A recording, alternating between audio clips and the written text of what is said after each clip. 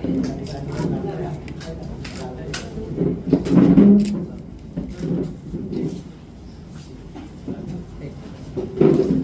असणार आहे हे मी जाहीर करतो आणि मग आपण पुरस्काराची नावं आपण इथे घोषित करूया.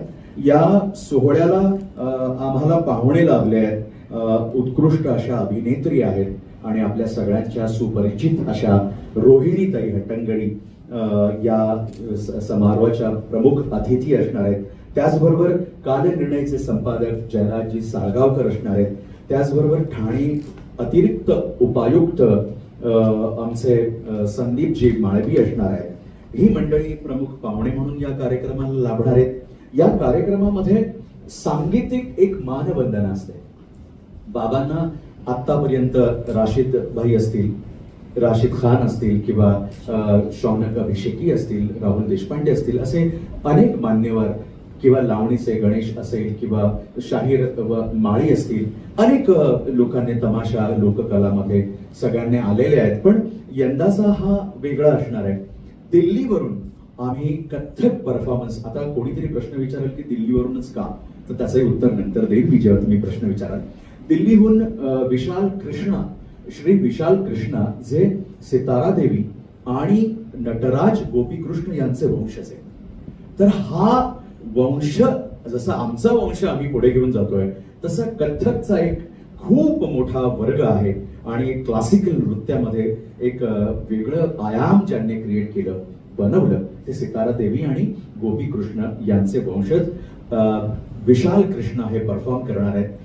त्यानंतर आपल्या महाराष्ट्रात राहणारे आणि जगप्रसिद्ध असे ढोलकी सम्राट विजय चव्हाण आणि महाराष्ट्राची वाद्य इथे सादर होणार आहेत. आणि त्याचबरोबर आम्ही त्यांना म्हटलं आम्ही तुम्हाला उस्ताद म्हणू का, ते म्हणाले नाही बाबा, उस्ताद एक ही है और वो है जाकिर हुसैन, तो मैं उनका छोटा भाई हूं. नंदेश, मी त्यांचा छोटा भाऊ आहे. पण तुम्ही इतकं मन मोठं आणि इतका मोठा कलाकार, पण त्याने स्वतःला कधी हे लावून घेतलं नाही. पण ते म्हणाले की मला श्री म्हणलंच तरी चालेल नंदेश.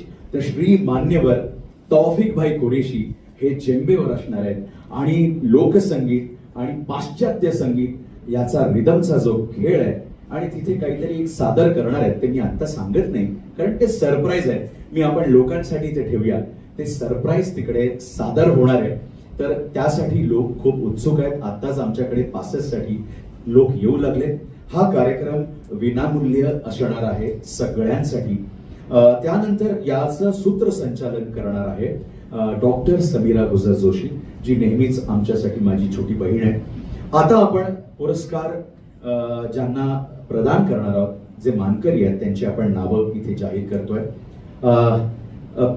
मी एक छोटं आणि एक स्पेशल आम्ही यामध्ये जे 15 जुलैला आम्ही करत असतो, पत्रकार मंडळीनं मला सांगायला आवडेल, पण 15 जुलैला मी करू शकलो नाही कारण माझी बायपास झाल्यामुळे मी उठू शकलो नाही. आणि बाबाचा जे 15 जुलैला जन्मदिवस असतो त्या दिवशी आम्ही आई आणि बाबाचा, त्या दिवशी आम्ही सहकार्याचा हात देत असतो. पण यावेळेस मला जमलं नाही. पण त्याची आम्ही पूर्तता या 26 नोव्हेंबरला करायचं ठरवलं. आणि 26 नोव्हेंबरला आम्ही काही आपल्या नाटक क्षेत्रातले काही बॅकस्टेजची मंडळी आहेत, काही रंगरंगोटी करणारे आहेत, काही सेट लावणारे आहेत.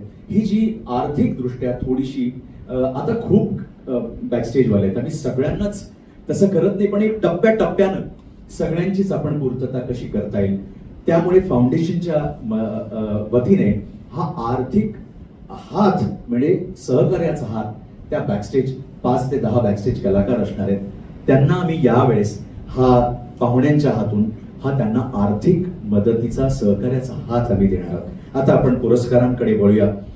पुरस्कारामध्ये सामाजिक पुरस्काराची खूप मोठी सामाजिक, जसं हिने म्हणाले की बाबाने सामाजिक क्षेत्रात पण खूप काम केलं आणि कलेच्या क्षेत्रातही काम केलं.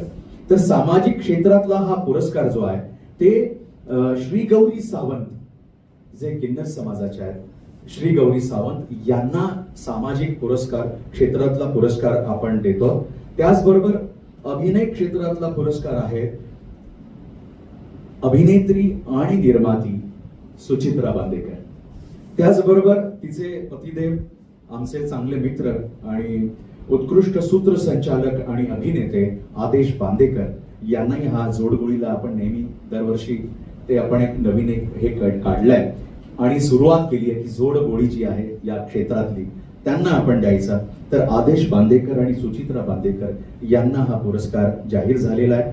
त्याचबरोबर पुढचा पुरस्कार आहे हा नवोन्मेष पुरस्कार. आम्ही गेली 3-4 वर्षापासून एक तरुण जी या क्षेत्रातली काम करणारी आहेत, मग संगीतातली असतील, नाटकातली असतील, चित्रपटातली असतील, दिग्दर्शनातली असतील, आपण पूर्वी ओम राऊतला दिला होता. तर या वर्षी 2024चा नवोन्मेष पुरस्कार रोहित राऊत या गायकाला आपण देतो आहोत. त्याचबरोबर आपण लोककलेचा पुरस्कार हा तर असतोच, कारण बाबा लोककलेशी निगडीत हा लोककलेचा पुरस्कार लावणी सम्रादनी आणि जिने सर्वांना भुरळ घातली आहे अशा आमच्या सुरेखाताई पुणेकरांना हा लोककलेचा पुरस्कार यंदाचा दिला जातोय. त्याचबरोबर पत्रकार आणि लेखक म्हणून आम्हाला मागच्या वर्षी आलं होतं की तुम्ही पत्रकार लेखकांमध्ये पण काहीतरी एक नाव काढावं, आहे की नाही. तर मला छान वाटलं की यावेळेस हे नाव आहे ज्ञानेश महाराव. पत्रकार आणि लेखकामध्ये ज्ञानेश महारावांचं नाव आहे. आणि त्याचबरोबर आपण जीवन गौरव पुरस्कार क्रीडामधला आपण पुरस्कार दिला जातो. यंदा ते ऍड केल्यामुळे मी विसरलो कदाचित. यावेळेस क्रीडामधला पुरस्कार ज्यांनी क्रीडा प्रशिक्षण दिलं ऑलिम्पिकसाठी किंवा एशियन गेम्ससाठी आणि आपल्या भारताला ब्रॉन्झ मेडल्स मिळवून दिले त्यांच्या विद्यार्थ्यांनी, त्या प्रशिक्षक श्रीमती दीपाली देशपांडे यांना आपण क्रीडा क्रीडा क्षेत्रातला पुरस्कार देतो. आणि आता जीवन गौरव पुरस्कार आपल्या सगळ्यांचे लाडके आणि खूप प्रदीर्घ काळ नाटक असेल, सिनेमा असेल, ऍड असेल, म्हणजे संगीत क्षेत्र असेल, काय नाही त्यांनी केलं तर ते नाव म्हणजे पुरुषोत्तम बिर्डे, म्हणजे आमचे गुरुदादा. त्यांना हा जीवन गौरव पुरस्कार आम्ही प्रदान करतो. तर ही सगळी पुरस्काराची अशी घोषणा इथे झाली आहे असं मी जाहीर करतो. या पुरस्काराचं स्वरूप आहे शाल, श्रीफळ, त्यानंतर एक मानपत्र, विशेष पद्धतीचं मानपत्र, जे गेली 5 वर्ष मी वेगळी मला कल्पना सुचली. आणि जे डफ एक शाहिराची निशाणी असते, त्याचा एक तो मान असतो, त्याचा एक ते काय म्हणतो हतियार असतं. तर त्या शाहिरी डफावर मानपत्र द्यायचं आम्ही ठरवलं, कारण बाबा आणि शाहीर आणि डफ हे फार समीकरण असल्यामुळे आणि कित्येक लोकांना ते आवडलंय. म्हणजे दिलीप प्रभावळकरांपासून, सुमित पासून, प्रशांत दामलेश पासून अनेकांनी त्यांनी म्हणाले तुला कल्पना कशी सुचली ही. तर ही कल्पना आपण सत्यात उतरवतो आणि डफावर हे मानपत्र दिलं जातं. आणि बाबांची प्रतिकृती असलेलं एक मानचिन्ह जे खूपच आम्हाला सगळ्यांना भावलेलं आहे, आपल्या सगळ्यांना भावलेलं आहे. आणि ते मानचिन्ह आपण या पुरस्काराचं स्वरूप इथे असतं. आणि हा कार्यक्रम काशीनाथ घाणेकर ठाणे इथे होणार आहे 26 नोव्हेंबर रोजी संध्याकाळी 6 वाजता हा सोहळा रंगणार आहे. आणि हा सोहळा विनामूल्य असणार आहे. त्यामुळे इथे बाबाचं संगीत स्मृती असल्यामुळे हा आम्ही कुठेही 1 रुपया त्यातला घेत नाही. आम्हाला स्पॉन्सरर आहेत LIC, या पहिल्यांदाच ते आमच्यासाठी स्पॉन्सरर म्हणून आलेले आहेत. त्यानंतर टिकटॉक प्लाझा, ते किती पैसे देत आहेत हे विचारू नका, पण आम्ही आमच्या खांद्यावर घेऊन ही धुरा यासाठी वाहतो की बाबाचं हे कार्य जे आहे ते कुठे थांबलं नाही पाहिजे. मी पुन्हा एकदा सांगतो, मागच्या वर्षी सांगितलं की मला कुठेतरी शोधून दाखवा की लोककलावंताचं आणि लोकसंगीतामधलं कुठेतरी एका व्यक्तीचं असं नाव आहे की ज्याच्या पुढे लोकशाहीर संगीत स्मृती संगीत समारोह लागलाय का. तर हा एक नवीन पायंडा आम्ही सुरू केलाय त्या लोककलावंतांसाठी, पुढे येणाऱ्या लोककलावंतांसाठी. असे अनेक लोककलावंत उभे राहू देत.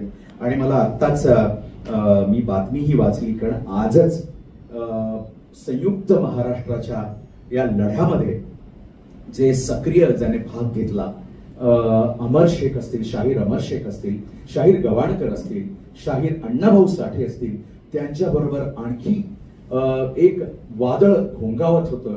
आणि ती शाहिरी आणि शब्दांचं वादळ ज्याने महाराष्ट्राबरोबर ज्यांचं घोंगावत होतं ते आमचे अंपा म्हणजे आमचे, माझ्या अंगावर काटा येतोय, आमचे आत्माराम पाटील, त्यांचा आज स्मृती दिन आहे आणि त्यांच्याच स्मृती दिनाच्या दिवशी ही घोषणा होतीये. उद्या त्यांचा वाढदिवस असतो आणि आज त्यांचं स्मृती होतं आणि बरोबर 10 दिवसाने बाबाही आपल्याला सोडून गेले. म्हणजे हे 2 मातब्बर शाहीर या नोव्हेंबरच्या काळात आम्हाला आपल्याला पोरके करून गेले.